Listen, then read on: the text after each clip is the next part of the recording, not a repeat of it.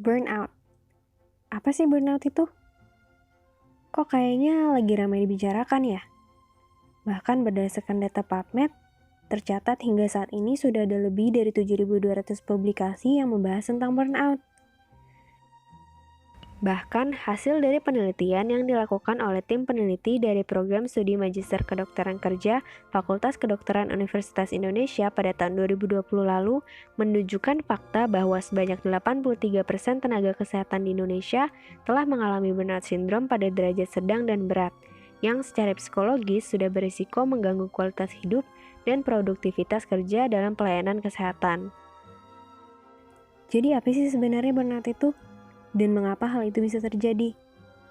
Nah, sebelum kita bahas lebih jauh, aku akan jelasin dulu secara singkat bagaimana awal mulanya istilah burnout ini muncul di masyarakat. Jadi, istilah burnout itu pertama kali ditemukan oleh Freudenberger pada tahun 1974. Freudenberger dianggap sebagai bapak penemu sindrom burnout, dan ia sendiri mengakui bahwa ia telah mengalami keadaan perasaan burnout tersebut secara pribadi. Artikelnya yang berjudul Self-Burnout merupakan awal dari pengenalan konsep burnout. Ketika Freudenberger masih bekerja sebagai psikiater konsultan di St. Mark's Free Clinic di New York, yaitu klinik untuk pecandu obat-obatan yang sebagian besar dikelola oleh sukarelawan muda yang bermotivasi idealis, Freudenberger mengamati bahwa banyak dari mereka mengalami penurunan energi secara bertahap dan juga kehilangan motivasi dan komitmen yang disertai dengan beragam gejala mental dan fisik. Lalu, untuk memberi label khusus pada keadaan ini, Freudenberger memilih kata yang biasa digunakan sehari-hari yang merujuk pada efek penyalahgunaan obat kronis, yaitu burnout. Pada akhir Mei tahun 2019 lalu, Organisasi Kesehatan Dunia atau WHO menyebut burnout sebagai fenomena kelelahan bekerja. Lembaga ini juga mengklasifikasikannya dalam penyakit internasional terbaru, di mana ia digambarkan sebagai sindrom stres kronis akibat pekerjaan yang belum berhasil dikelola. Burnout termasuk ke dalam 11th Revision of the International Classification of Disease atau yang biasa disebut ICD-11 sebagai fenomena pekerjaan. Burnout tidak diklasifikasikan sebagai kondisi medis.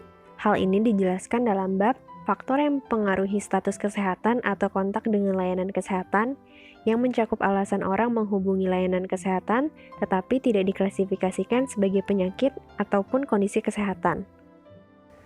Burnout didefinisikan dalam ICD-11 sebagai sindrom yang dikonseptualisasikan sebagai akibat dari stres kronis di tempat kerja yang belum berhasil dikelola. Hal ini ditandai dengan 3 dimensi, yaitu perasaan kehabisan energi atau kelelahan, terasing dari pekerjaan, atau perasaan negativisme atau sinisme yang terkait dengan pekerjaan seseorang, dan juga kinerja yang buruk di tempat kerja. Terus, apa aja sih ciri-ciri burnout itu? Yang pertama adalah hilangnya semangat atau minat terhadap pekerjaan, lalu merasakan kelelahan yang tiada ujung, berlanjut ke performa kerja yang menurun, kemudian menjadi lebih mudah marah atau lebih sensitif, cenderung menarik diri dari lingkungan sosial, hingga mudah sakit. Jadi, apa aja upaya yang bisa dilakukan untuk mengatasi burnout? Yang dapat kamu lakukan adalah: pertama, tentukan prioritas. Mana yang lebih dulu harus dikerjakan dan mana pekerjaan yang bisa menunggu. Kedua, cobalah untuk kurangi ekspektasimu dan belajar lebih sering apresiasi diri sendiri. Ketiga, coba juga ceritakan tentang perasaanmu kepada orang yang kamu percaya, karena hal itu dapat membantu mengeluarkan emosi negatif dari dalam diri. Last but not least, ubah gaya hidup. Terapkan gaya hidup sehat dengan cara mengonsumsi makanan sehat, rutin berolahraga, dan tidur yang cukup. Hal-hal ini dapat mendukung tubuh yang sehat dan pikiran yang lebih mudah fokus, sehingga dapat menurunkan risiko terjadinya burnout.